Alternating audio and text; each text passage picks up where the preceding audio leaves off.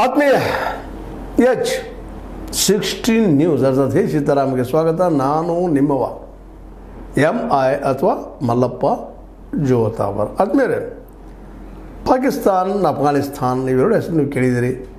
ಇವತ್ತು ಪಾಕಿಸ್ತಾನದ ಬದಿಲಿರುವಂಥ ಅಫ್ಘಾನಿಸ್ತಾನದ ವಿದೇಶಾಂಗ ಮಿನಿಸ್ಟರ್ ಮುತಾಕಿ ಬಂದು ಮಾತಾಡಿದ್ದು, ಪ್ರೆಸ್ ಕರೆದಿದ್ದು, ಪ್ರೆಸ್ನಲ್ಲಿ ಮಹಿಳೆಯರಿಗೆ ಅವಕಾಶ ಕೊಡದಿದ್ದು ದೊಡ್ಡ ಸುದ್ದಿ ಆಯಿತು. ಎರಡು ದೇಶಗಳ ಸಂಬಂಧ ಹೆಚ್ಚು ಮಾಡಿಕೊಳ್ಳೋ ಸಲುವಾಗಿ ಏನೋ ಬಂದಿದ್ದರು. ತಾಲಿಬಾನಿಗಳಲ್ಲಿ ಅಲ್ಲಿ ಆಡಳಿತ ಮಾಡ್ತಾ ಇದ್ದಾರೆ. ವಿಶೇಷವಾಗಿ ತಾಲಿಬಾನದಲ್ಲಿ ಪುರುಷ ಪ್ರಧಾನ ಅಂತ ವ್ಯವಸ್ಥೆ. ಇನ್ನು ಪಾಕಿಸ್ತಾನದಲ್ಲೂ ಸಹ ಅದೇ ಇಸ್ಲಾಂ, ಎರಡು ಇಸ್ಲಾಂ ಕಂಟ್ರಿಗಳು.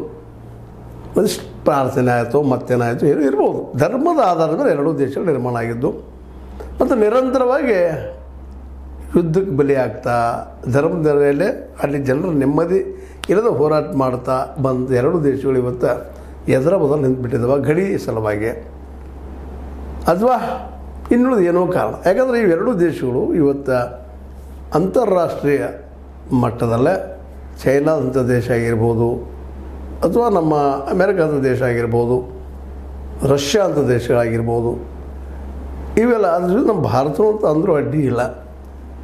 ಈ ಎಲ್ಲ ದೇಶಗಳೊಂದಿಗೆ ಏನಪ್ಪ ಅಂದರೆ ಎರಡೂ ದೇಶಗಳು ಸಂಘರ್ಷ ಮಾಡ್ತಾ ಬಂದಿದ್ದು. ಒಂದು ಸ್ವಲ್ಪ ಅಫ್ಘಾನಿಸ್ತಾನ ಭಾರತದ ಪರವಾಗಿ ಒಳ್ಳೆಯ ಒಂದೇನಪ್ಪ ಅಂದ್ರೆ ಮನೋಭಾವನೆ ಇಟ್ಕೊಂಡು ಬಂದಂಥದ್ದು. ಮತ್ತು ಅಫ್ಘಾನಿಸ್ತಾನ ಕಟ್ಟುವಲ್ಲೇ ಭಾರತ ಸಾಕಷ್ಟು ಸಹಾಯ ಮಾಡಿದ್ದು ಏನು ಸುಳ್ಳೇನಲ್ಲ. ಈ ಕಾರಣ ಇದಕ್ಕೆಲ್ಲ ಕಾರಣ ಏನಂದ್ರೆ ಅಲ್ಲಿಯ ಧರ್ಮದ ನೆಲೆಗಟ್ಟಿನಲ್ಲಿ ನಡೆದಂಥ ಮೂಲಭೂತವಾದಿ ಯುದ್ಧಗಳು ಅಂತ. ಅವರವ್ರ ನಂಬಿಕೆಗಳು ಸದಾ ಯುದ್ಧ, ನಾವು ಹೆಚ್ಚು ನೀನು ಹೆಚ್ಚು. ತಾಲಿಬಾನಿಗಳಂತೆ ಅಫ್ಘಾನಿಸ್ತಾನ ನೆಮ್ಮದಿ ಇರಗೊಂಡಿಲ್ಲ. ಕೊನೆಗೂ ಅಧಿಕಾರ ತಗೊಂಡ್ರು, ಈಗ ನಡೆಸ್ತಾ ಇದ್ದಾರೆ. ಆದ್ರೆ ಅಲ್ಲಿ ಇನ್ನೂ ತಿಕ್ಕಾಟಗಳಿದ್ದಾವೆ ರೀ, ಪೂರ್ತಿ ಹೋಗಿಲ್ಲ. ಅದರಿಂದ ಪಾಕಿಸ್ತಾನದ ಅಂತೇಳಿ ಅಫ್ಘಾನಿಸ್ತಾನ ಆರೋಪ ಮಾಡೋದು, ಅಫ್ಘಾನಿಸ್ತಾನದ ಏನಂಥದ್ದು ಪಾಕಿಸ್ತಾನದ ಬಾರ್ಡರ್ದಲ್ಲಿ ನಮ್ಮೊಳಗೆ ಬರ್ತಾ ಇದ್ದಾರೆ, ನಾವು ಹೊರಗುಡುದಿಲ್ಲ ಅಂತ ಹೇಳುವಂಥದ್ದು. ಬಟ್ ನಿಧಾನಕ್ಕೆ ಎರಡೂ ಎದರ ಬದರ ಆಗಿದ್ದಾವೆ. ಒಂದು ಕಾಲಕ್ಕೆ ಎರಡು ದೋಸ್ತಿ ಇದ್ದು ಇಸ್ಲಾಂ ದೇಶಗಳು ಒಬ್ರಿಗೊಬ್ರು ಸಹಾಯ ಮಾಡ್ಕೊಳ್ತಾಯಿದ್ರು, ಏನೋ ಮಾಡ್ತಾಯಿದ್ರು. ತಾಲಿಬಾನ್ ಬೆಳೆದು ಇವರೊಬ್ಬರು ಕಾರಣಿ ಪುರುಷರನ್ನ ಇಸ್ಲಾಂ ನಮ್ಮ ಇದರಲ್ಲಿ ಪಾಕಿಸ್ತಾನಿಗಳು. ಹೀಗಾಗಿ ಈ ತಾಲಿಬಾನಿಗಳು ಇವತ್ತು ಸಹಜದ ತಾಲಿಬಾನ್ ಸ್ವಲ್ಪ ಉಗ್ರವಾದದಲ್ಲಿ ವಿಶ್ವಾಸ ಇಟ್ಟಂಥವ್ರು, ಕಠೋರ ಇಸ್ಲಾಂವಾದವನ್ನು ಪಾಲಿಸ್ಕೊಂಡು ಹೋಗುವಂಥವ್ರು. ಅದು ಶಿಯಾನೋ ಸುನಿನೋ, ವಿಶೇಷವಾಗೆಲ್ಲ ಸುನಿ ಜನ ಇವರು. ಯಾಕೆಂದ್ರೆ ಶಿಯಾ ಜನ ಹೆಚ್ಚಿಗೆ ಇರಾನದಲ್ಲಿ ಬರುವಂಥವ್ರು. ಒಟ್ಟು ಏನೂ ಇರಲಿ, ಶಿಯಾ ಇರಲಿ ಸುನ್ನಿ ಇರಲಿ, ಇವ್ರು ತಿಕ್ಕಾಟಗನ ಹಿಂಸೆಗಿನ ಆದ್ಯತೆ ಕೊಡೋದ್ರಿಂದ ಇವತ್ತು ಧರ್ಮದ ದೇಶ ರಚನೆಗಳಾಗಿದ್ದಕ್ಕಾಗ ಅಲ್ಲೇ ಇವತ್ತಿನ ಎಲ್ಲ ತಿಕ್ಕಾಟಗಳಿಗೆ ಆ ಧರ್ಮದ ನೆಲೆಗಟ್ಟಿನ ತಿಕ್ಕಾಟ, ಅದ ನಂತರ ಬಾರ್ಡರ, ಆದ್ಮೇಲೆ ಏನಪ್ಪ ಎರಡೂ ಕಡೆ ಅದ ಮಹಿಳೆಗೆಲ್ಲಿ ಆದ್ಯತೆ ಇಲ್ಲ, ಸಮಾನತೆ ಇಲ್ಲ ಅನ್ನೋದು ನಾವು ಈಗ ನೋಡ್ತಾ ಇದ್ದೀವಿ, ಕೇಳ್ತಾ ಇದ್ದೀವಿ. ಅದಿರೋಲ್ಲ ಕೂಡ ಈಗ ನೆಮ್ಮದಿಯಿಂದ ಇರಲ್ಲಪ್ಪ, ಹೊಟ್ಟೆ ತುಂಬ ಊಟ ಮಾಡ್ಕೊಂಡಿದ್ದಾರೆ ಅಂದ್ರೆ ಅದು ಈಗ ಅದೂ ಇಲ್ಲ. ಈಗ ಒಬ್ಬರ ಮೇಲೆ ಒಬ್ಬರು ದಾಳಿ ಮಾಡ್ತಾ ಇದ್ದಾರೆ, ಅದು ಜೋರಾಗ್ಯದ. ಅದರಲ್ಲೂ ಕಾಬೂಲ್ ಮೇಲೆ ಗುರುವಾರ ರಾತ್ರಿ ಕಳೆದ ಗುರುವಾರದಿಂದ ದಾಳಿ ಮಾಡಿದರು ಈ ಪಾಕಿಸ್ತಾನಿಗಳು ಅಂತ ಅವರು ಆರೋಪ ಮಾಡ್ತಾ ಇದ್ದಾರೆ. ಅದೇ ಕಾಲಕ್ಕೆ ಪಾಕ್ ಪಡೆಗಳು ಕಾಬೂಲ್ ಮೇಲೆ ವಾಯುದಾಳಿ ನಡೆಸಿವೆ ಎಂದು ಅಫ್ಘಾನಿಸ್ತಾನ ಆರೋಪಿಸಿದೆ. ಮತ್ತು ಆದರೆ ದಾಳಿ ನಡೆಸಿದ್ದನ್ನು ದೃಢಪಡಿಸಲು ಅಥವಾ ತನ್ನ ಪಾತ್ರವನ್ನು ಅಲ್ಲಗಳೆಯಲು ಪಾಕ್ ಸೇನೆ ನಿರಾಕರಿಸಿದೆ. ಅದರ ಭಾಗವಹಿಸಿದ್ದು ನಾನು ಪ್ರತಿದಾಳಿ ಮಾಡಿ ಅಂತ ಹೇಳಲಿಲ್ಲ. ಅಂದರೆ ಒಟ್ಟು ಅದರ ಹೋದ್ರಾಗಿ ಒಬ್ಬರೊಬ್ಬರು ದಾಳಿ ಮಾಡಲಿಕ್ಕೆ ಶುರು ಮಾಡಿದ್ದಾರೆ. ಹೀಗಾಗಿ ಕಾಬೂಲ್ ಮೇಲಿನ ದಾಳಿಗೆ ಪ್ರತಿಯಾಗಿ ಅಫ್ಘಾನ್ ಪಡೆಗಳು ಶನಿವಾರ ರಾತ್ರಿ ಗಡಿಯಲ್ಲಿ ಪಾಕಿಸ್ತಾನದ ವಿರುದ್ಧ ದಾಳಿ ನಡೆಸಿವೆ. ಕಾಬೂಲ್ ಮೇಲೆ ದಾಳಿ ಮಾಡಿದಕ್ಕೆ ಅವರಲ್ಲೇ ನಡೆಸಿದಾರಂತ. ಒಟ್ಟಾರೆ ಇಲ್ಲಿ ಹೇಳುವಂಥದ್ದು ಏನಪ್ಪ ಉದ್ದೇಶ ಅಂತಂದ್ರೆ, ಧರ್ಮದ ನೆಲೆಗಟ್ಟಿನಲ್ಲೇ ಒಂದು ಶಿಕ್ಷಣವನ್ನಾಗಲಿ ಮತ್ತೇನಾಗಲಿ ಬೆಳೆಸದ, ವೈಜ್ಞಾನಿಕವಾಗಿ ಬೆಳೆಸಲಾರದೇ ಇದ್ದಿದ್ದ ಕಾರಣಕ್ಕಾಗಿ ಇವತ್ತು ಇವು ಎರಡೂ ದೇಶಗಳು ಅತ್ಯಂತ ತಳಮಟ್ಟಕ್ಕೆ ಬಂದುಬಿಟ್ಟಿದ್ದಾವೆ. ಆರ್ಥಿಕವಾಗಿ ಅಭದ್ರಾಗಿದ್ದಾರೆ. ಮತ್ತು ಇನ್ನೊಂದು ದೇಶದ ಮೇಲೆ ಯಾವಾಗಲೂ ಸಾಲ ಕೇಳೋದು ಮಾಡೋದು. ಈ ನಮ್ಮದು ಹಂಗಾದ ಇಲ್ಲಂತಲ್ಲ, ಆದರೂ ಒಂದಿಷ್ಟು ಯಾಕೆ ನಾವು ಇನ್ನೂ ಸ್ವಲ್ಪ ಏನಪ್ಪ ಅಂತಂದರೆ ಒಂದಿಷ್ಟು ಹೌದಪ್ಪ, ಒಂದು ಸ್ವಲ್ಪ ಅಮೇರಿಕಾದ ಮೇಲೆ ಸಾಕಷ್ಟು ಟ್ಯಾರಿಫ್, ಅದರ ಏನೋ ಬಡ್ಡಿ ನಾವೇನು ಟ್ಯಾರಿಫ್ ಅಂತಂದ್ರೆ ಟ್ಯಾಕ್ಸ್ ಏರ್ತಾ ಇದ್ದಾರೆ 100ಕ್ಕೆ 100%. ಚೈನಾ ನಮ್ಮ ಜೊತೆ ದೋಸ್ತಿ ಮಾಡ್ಲಿಕ್ಕೆ ಪ್ರಯತ್ನ ಮಾಡ್ಲಿಕ್ಕೆ.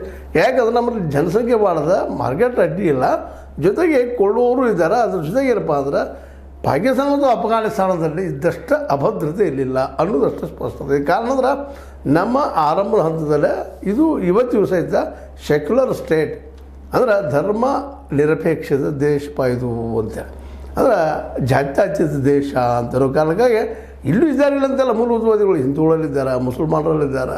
ಇವತ್ತು ನಾವು ತಿಕ್ಕಾಟ ನೋಡ್ತಾ ಇದ್ದೀವಿ, ಬಾಬ್ ಲಿಂಚಿಂಗ್ ಆಯ್ತು, ಮತ್ತೇನಾಯ್ತು. ಅದೇ ಮುಸ್ಲಿಮರು ಸಹಿತ ಅವರು ತಮ್ಮ ಇಸ್ಲಾಮಿಯತ್ತನ್ನು ಬಿಡ್ತಾ ಇಲ್ಲ. ಒಬ್ಬರು ತಿಕ್ಕಾಡಿ ಇವತ್ತು ನಮ್ಮಲ್ಲಿ ಅದಾವ. ಆದರೆ ಅಫ್ಘಾನಿಸ್ತಾನ ಮತ್ತು ಪಾಕಿಸ್ತಾನದಲ್ಲಿ ಇದ್ದಂಥ ಪರಿಸ್ಥಿತಿ ಇವತ್ತಿಲ್ಲ. ಅದಕ್ಕೆ ಕಾರಣ ಅಂದ್ರೆ ಪೂರ್ಣವಾಗಿ ಅವರು ಇಸ್ಲಾಂ ಮೇಲೆ ಡಿಫೆಂಡ್ ಆದಂಥದ್ದು. ಜೊತೆಗೆ ಆರ್ಥಿಕವಾಗಿ ಅಭದ್ರತೆ ಇದ್ದಿದ್ದು. ಆರ್ಥಿಕವಾಗಿ ಉದ್ಯೋಗ ಏನೂ ಇಲ್ಲ. ಎದ್ದ ತಕ್ಷಣ ಈ ತಾಲಿಬಾನಿಗಳು ತಯಾರು ಮಾಡ್ಕೊಳ್ಳೋದು, ಯುದ್ಧಕ್ಕೆ ತಯಾರು ಮಾಡ್ಕೊಳ್ಳೋದು, ಮದ್ದು ಗುಂಡುಗಳನ್ನು ತಗೊಳ್ಳೋದು, ಅದಕ್ಕೆ ಮಾಡೋರು ಫ್ಯಾಕ್ಟ್ರಿಗಳು ಸಹಿತ ಇಲ್ಲರಿ. ಮದ್ದು ಗುಂಡುಗಳು ತಯಾರು ಮಾಡ್ಕೊಂಡು ಬಿಡಪ್ಪ ಏನೋ ಮಾಡಾಚಾರ ಅಂತ ಅದೂ ಇಲ್ಲ. ಮತ್ತು ಎಲ್ಲಿದ್ದು ತರಿಸೋದು ಅದನ್ನು ತರಿಸ್ಕೊಂಡು ಅದನ್ನು ಉಪಯೋಗ ಮಾಡ್ಕೊಳ್ಳೋದು ಒಬ್ಬರ ಮೇಲೆ ಒಬ್ಬರು. ಇವತ್ತು ಒಬ್ಬರೊಬ್ಬರು ವಿಶ್ವಾಸ ಉಳಿದಿಲ್ಲ ಮೊದಲಿಂದು. ಮತ್ತು ಪಾಕಿಸ್ತಾನ ಆಯ್ತು, ಅಫ್ಘಾನಿಸ್ತಾನ ಆಯ್ತು, ರಷ್ಯಾ ಮತ್ತು ಅಮೇರಿಕಾ ನಡುವೆ ಕೈಗೊಂಬಿದ್ದಂಗೆ ಪಪೆಟ್ ಇದ್ದಂಗೆ. ಈಗ ಹೊಸದಾಗಿ ಚೈನಾ ಸೇರ್ಕೊಂಡದ. ಇಂಡಿಯಾದ ಪಪೆಟ್ ಅಂತ ಯಾಕೆ ಅಲ್ಲ ಅಂತಂದ್ರೆ ಇಂಡಿಯಾದವ್ರಿಗೆ ಆ ಪ್ರಮಾಣದ ದುಡ್ಡು ಹಾಕಿ ಅವ್ರು ಸಾಕೋಷ್ಟು ಸಿಕ್ತಿಲ್ಲ, ಮುಗಿಲ್ಲ. ನಾವು ಬದುಕೋದು ಕಷ್ಟದ ಇದೆ ನಮ್ಮ ದೇಶದೊಳಗೆ. ಯಾಕಂದ್ರೆ ನಮ್ಮ ದೇಶದ ಆರ್ಥಿಕ ಪರಿಸ್ಥಿತಿ ಭಾಳ ಹದಗೆಟ್ಟು ಹೋಗಿಬಿಟ್ಟದೆ ಇವತ್ತು ಅನ್ನೋದು ಎಲ್ಲರಿಗೂ ಗೊತ್ತಿದ್ದ ವಿಷಯ.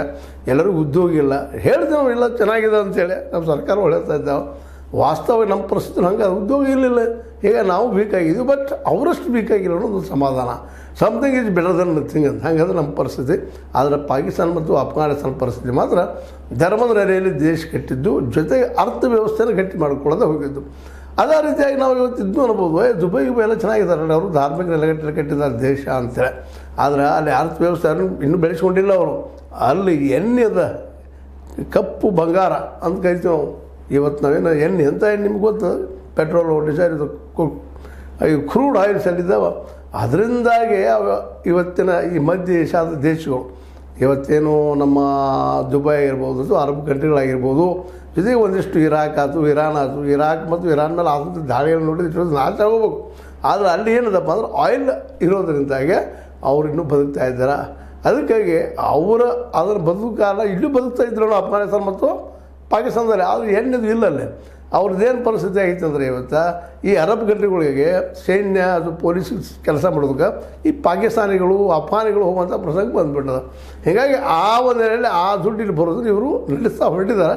ಬಟ್ ಎಲ್ಲಿವರೆಗೆ ಸ್ವತಂತ್ರವಾದ ಮೀಡಿಯಾಗೆ ಬೇಕಾಗಿರುವುದು ಸ್ವತಂತ್ರ ಧ್ವನಿ. ಆ ಸ್ವತಂತ್ರ ಧ್ವನಿ ಉಳಿಸಲು ನೀವು ಮಾಡಬೇಕಾದದ್ದು ಇಷ್ಟೇ. ಅದೇನಪ್ಪಾ ಅಂತಂತಂದ್ರೆ ನಿಮ್ಮ ಕೈಲಾದಷ್ಟು ಸಹಾಯ ಈ ಚಾನಲ್ಗೆ ಮಾಡಿ ಹಾಗೂ ನಿಮ್ಮ ಧ್ವನಿಯನ್ನು ಕಾಪಾಡಿಕೊಳ್ಳಿ. ಅದು ದೊಡ್ಡ ಪ್ರಶ್ನೆ ಅದ. ಅದಕ್ಕಾಗಿ ಇಲ್ಲಿ ಉದ್ಯೋಗ ಸೃಷ್ಟಿ ಇಲ್ಲದೇ ಹೋಗಿದ್ದಕ್ಕೆ, ಎಜುಕೇಷನ್ ಸರಿಯಾಗಿ ಇಲ್ಲದಕ್ಕೆ ಹೋಗಿದ್ದಕ್ಕೆ, ಇವತ್ತು ಇಲ್ಲದೇ ಹೋಗಿದ್ದಕ್ಕೆ ಇವತ್ತು ಅಫ್ಘಾನಿಸ್ತಾನ ಮತ್ತು ಪಾಕಿಸ್ತಾನಗಳೆರಡು ಈಗ ಸಮರಕ್ಕೆ ಬಂದಂತೆ ನಿಂತಿದ್ದಾರೆ.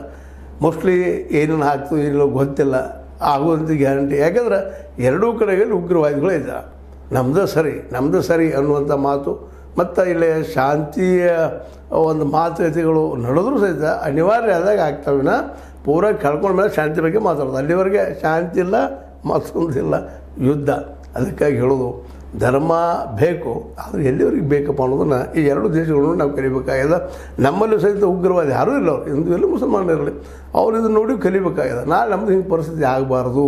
ಯಾಕಂದರೆ ಇದರಲ್ಲಿ ಅವರೆಲ್ಲ ನೋಡ್ರಿ, ಇವತ್ತು ರಷ್ಯಾನೂ ಭಾಗವಹಿಸ್ತದೆ, ಕೈ ಆಡಿಸ್ತದ, ಚೈನಾನು ಕೈ ಆಡಿಸ್ತದೆ, ಅಮೇರಿಕನು ಕೈ ಆಡಿಸ್ತದೆ. ನಮ್ಮ ಸೈನಿಕರಲ್ಲೇ ಮಾಡಿಕೊಂಡು ಪಾಕಿಸ್ತಾನದಲ್ಲಿ ಆಲ್ರೆಡಿ ಅಮೇರಿಕಾ ನೆಲೆ ನಿಂತಿದೆ, ಪಾಕಿಸ್ತಾನ ಇದು ನಮ್ಮ ಚೈನಾನ ನೆಲೆ ಮಾಡ್ಕೊಂಡದ, ಸೈನ್ಯದ ಅಂತ ಸೂಚಿಗಳಿದ್ದಾವೆ. ಹೀಗಾಗಿ ಅವರು ಯುದ್ಧಕ್ಕೆ ಹಚ್ಚಿ ನಾವು ಲಾಭ ಮಾಡ್ಕೊಳ್ಳೋಂಥ ಈ ರಷ್ಯಾ ಮತ್ತು ಚೈನಾ ಜೊತೆಗೆ ಅಮೇರಿಕ ಇರೋದ್ರಿಂದಾಗಿ ಇಂಥ ಬಡ ದೇಶಗಳು ಈ ಒಂದು ಏನಪ್ಪ ಅಂದ್ರೆ ಈ ಟೆರರಿಸಮ್ ಆ್ಯಕ್ಟಿವಿಟೀಸ್ ಮೇಲೆ ನಂಬಿಕೆ ಇಟ್ಟಿದ್ದರಿಂದಾಗಿ ಇವತ್ತು ಎರಡೂ ದೇಶಗಳು ಅಪಾಯಕಾರಿ ಸ್ಥಿತಿಯಲ್ಲಿದ್ದಾವೆ. ಏನಾಗ್ತದೆ ಗೊತ್ತಿಲ್ಲ. ಆದರೆ ಅಲ್ಲಿದ್ದಂಥ ಪಾಪ ಜನಸಾಮಾನ್ಯರಿಗೆ ಮಾತ್ರ ಸದಾ ನರಕ. ಅದರಲ್ಲೂ ಮಹಿಳೆಯರಿಗಂತೂ ಅಲ್ಲಿ ಯಾವುದೇ ಸ್ವತಂತ್ರ ಇಲ್ಲ ಅನ್ನೋದು ಬಿಡಿಸಿಡಬೇಕಾಗಿಲ್ಲ. ಅವ್ರ ಪರಿಸ್ಥಿತಿ ಇನ್ನೂ ನಾಜೂಕಾದ ಅಂತ ಹೇಳ್ತಾ, ಇದು ನಿಲ್ಲುವುದು ಯಾವಾಗ ಅಂತಂದಾಗ ಎಲ್ಲಿವರೆಗೆ ಅವ್ರು ಆರ್ಥಿಕವಾಗಿ ಸ್ವಕಾಲ ಬೇಡ ತಮ್ಮ ಕಾಲ ನಾವು ನಿಲ್ಲುವುದಿಲ್ವೋ ಅಲ್ಲಿಗೂ ಇದೆಲ್ಲ ನಡೆಯೋದು ಅಂತ ಅನ್ನಿಸ್ತದೆ. ನೋಡ್ಬೇಕಷ್ಟ. ಆದರೂ ಅಫ್ಘಾನಿಸ್ತಾನ ಮೊದಲಿಗಿದ್ದು something is better than nothing ಅಂತ ಒಂದು ಹಂತಕ್ಕೆ ಬಂದದ. ಪಾಕಿಸ್ತಾನ ಸಹಿತ ಇನ್ನಷ್ಟು ಇದೇ ರೀತಿ ಹೋಯ್ತಪ್ಪ ಅಂದ್ರೆ ಅದಕ್ಕೂ ಅಲ್ಲಿ ಭಾಳ ಕಷ್ಟ ಅದ. ಉದ್ಯೋಗಗಳಿಲ್ಲ ಅಲ್ಲಿ ಜನಕ್ಕೂ. ಒಟ್ಟಿನಲ್ಲಿ ಕಡೆ ತಿಕ್ಕಾಡಿದ ಕಡೆ ಹೋಗುವಂಥ ಪ್ರಸಂಗ ಬರ್ಬೋದು. ಒಟ್ಟಿನಲ್ಲ ಏನೋ ಇರಲಿ, ಇದು ಅಲ್ಲಿ ವಸ್ತುಸ್ಥಿತಿ. ಅದಕ್ಕಾಗಿ ನಾವು ಎಚ್ಚರಿಂದ ನಮ್ಮ ದೇಶದಲ್ಲೇ ಈ ವಿಷಯ ಕುರಿತಾಗಿ ಮಾತಾಡಿ ಒಂದು ರೀತಿ ಬ್ರದರ್ ಆಗಿ ಚೆನ್ನಾಗಿ ಬದುಕೊಂಡು ಹೋಗೋದು ಯೋಗ್ಯ. ಇಲ್ಲ ನಮ್ಮದು ಪರಿಸ್ಥಿತಿ ಇದೆ ಅದ. ಯಾಕೆ ಶಿಕ್ಷಣ ಎಲ್ಲರಿಗೂ ಇಲ್ಲ ಪೂರ್ಣ ಪ್ರಮಾಣದಲ್ಲ. ನಾವು ಶಿಕ್ಷಣದತ್ತ ಮತ್ತು ಉದ್ಯೋಗ ಸೃಷ್ಟಿ, ಕೃಷಿ ಅಂತ ಗಮನ ಹರಿಸಿದ್ರೆ ಮೋಸ್ಟ್ಲಿ ನಾವು ಆ ಅಪಾಯಕ್ಕೆ ಜಾರಲಿಕ್ಕೆ ಇಲ್ಲ. ಯಾಕಂದ್ರೆ ರಷ್ಯಾ ಅದೇ ಕಾಲಕ್ಕೆ ರಷ್ಯಾ ಅಂತ ದೋಸ್ತಿ ಅದು ಇದ್ದಿರಲ್ಲ. ಚೈನಾ ಮತ್ತು ನಮ್ಮ ಅಮೇರಿಕ ಯಾವಾಗ ಹೊರತಾರೋ ಗೊತ್ತಿಲ್ಲ, ಅವರು ನಮ್ಮ ಮೇಲೆ ಕಣ್ಣಿಟ್ಟಿದ್ದಾರೆ ಅಂತ ನೆನಪಿರಲಿ ಅಂತ ಹೇಳ್ತಾ, ಅಫ್ಘಾನ್ ಮತ್ತು ಪಾಕಿಸ್ತಾನ ಸಂಘರ್ಷ ಮಾತ್ರ ನಮಗೊಂದು ಪಾಠ ಆಗಲಿ ಅಂತ ಮತ್ತೊಮ್ಮೆ ಹೇಳ್ತಾ, ಇದು ನಿಮ್ಮ ಲೈಕ್ ಆಗಿರ್ಬೋದು.